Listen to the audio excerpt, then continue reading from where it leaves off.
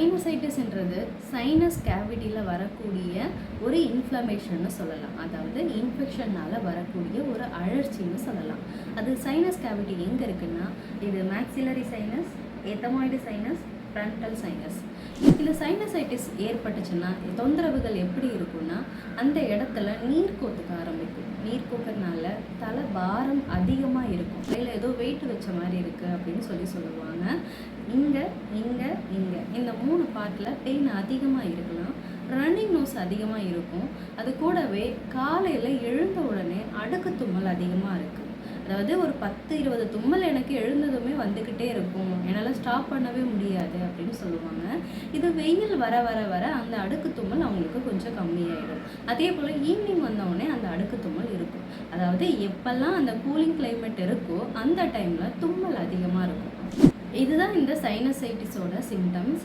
இந்த சைனசைட்டிஸ் தொந்தரவு இருக்கவங்களுக்கு ஆயுர்வேத மருத்துவ முறையில் முழுமையாகவே மருந்துகள் மூலமாகவும் சில சிகிச்சைகள் மூலமாகவும், அதாவது ஆயுர்வேத சிகிச்சைகளில் நசியம் பெஸ்ட் ட்ரீட்மெண்ட்டாக இருக்கும். இந்த மாதிரி சிகிச்சைகள் மூலமாகவும் சில அக்ரவேட்டிங் ஃபேக்டரை நாம் ஸ்டாப் பண்ணிட்டாலே இதை முழுமையாக நம்ம சரி பண்ண முடியும். இந்த சைனசைட்டிஸ் தொந்தரவுக்கு சிம்பிளாக வீட்டில் இருந்தே எப்படி மேனேஜ் பண்ணணும்னு சொல்கிறேன். அதுக்கு முன்னாடி என்னென்ன காரணிகளை நாம் அவாய்ட் பண்ணணும் அப்படின்னு தெரிஞ்சுக்கோங்க. இதில் ஃபஸ்ட்டு சில்லுன்னு கிளைமேட் படுற டைமில், அதாவது விடிய காலையில் இல்லை லேட் ஈவினிங்கில் நம்ம வெளியில் போகிறது, ட்ராவல் பண்ணுறது, அப்படி இல்லைன்னா வெளியில் நின்று வேலை செய்கிறது, அந்த மாதிரி இருக்கிறது கூடாது.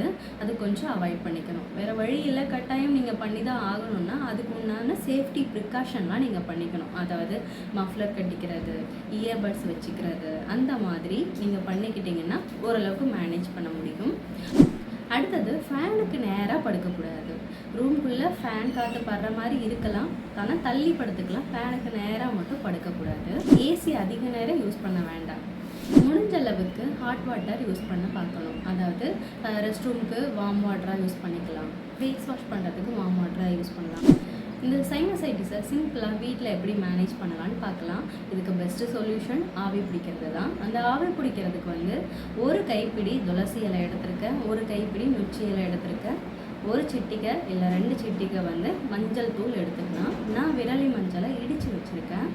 இந்த 3 பொருட்களையுமே ஃபேஷியல் ஸ்டீமரில் போட்டு நல்ல கொதி வந்ததுன்னா அந்த இலையோட கலரெல்லாம் மாறினதுக்கப்புறம் ஆவி பிடிக்க ஆரம்பிக்கலாம். உங்ககிட்ட ஃபேஷியல் ஸ்டீமர் இல்லைன்னா வீட்டில் உள்ள பாத்திரத்தையே யூஸ் பண்ணிக்கலாம். நொச்சி இலை கிடைக்காதவங்களும் நாட்டு மருந்து கடையில் நொச்சி இலை பொடி கிடைக்கும், அந்த பொடியை வாங்கி யூஸ் பண்ணிக்கலாம். அந்த பொடியில் 1 ஸ்பூன் போட்டாலே போதுமானது. ஆவி பிடிக்கிறது வாய் வழியாக சுவாசிக்காதீங்க. அந்த சைனஸ் பார்ட்டுன்னு நான் ஏற்கனவே சொன்ன பகுதிகளில் நல்லா ஆவி படுற மாதிரி காட்டுங்க. 5 நிமிஷமாவது ஆவி பிடிக்கணும். நல்லா வேர்த்து வரணும். சைனஸ் தொந்தரவுனால வரக்கூடிய பாதிப்புகளை இது கம்மி பண்ணும். தலை பாரத்தை குறைக்கும், தலைவலியை கம்மி பண்ணும். இதுக்கு கூடவே அடுத்தது நீங்கள் மஞ்சள் புகை சிகிச்சை நான் ஏற்கனவே ஒரு வீடியோ பதிவிட்டிருக்கேன். அந்த மஞ்சள் புகை சிகிச்சையும் பார்த்துக்கோங்க. ஆவி பிடிச்சிட்டு இந்த மஞ்சள் புகை சிகிச்சை பண்ணும்போது உங்களுக்கு சைனஸ்னால் வரக்கூடிய பாதிப்புகள் நிறையவே கம்மியாகும். அதாவது தலபாரம் குறையும், தலைவலி கம்மியாகும், நீர்க்கோத்து இருக்கிறது கொஞ்சம் குறைய ஆரம்பிக்கும், தும்மல் கம்மியாக ஆரம்பிக்கும். நாள்பட்டு ரொம்ப நாளாக தொந்தரவு இருக்குது, உங்களுக்கு முழுமையாகவே தீர்வு காணணும்னு நினைக்கிறவங்க பக்கத்தில் உள்ள ஆயுர்வேத டாக்டரை பார்த்து மருந்து எடுத்து சிகிச்சைகள் மூலமாகவும் முழுமையாக சரி பண்ணுங்கள்.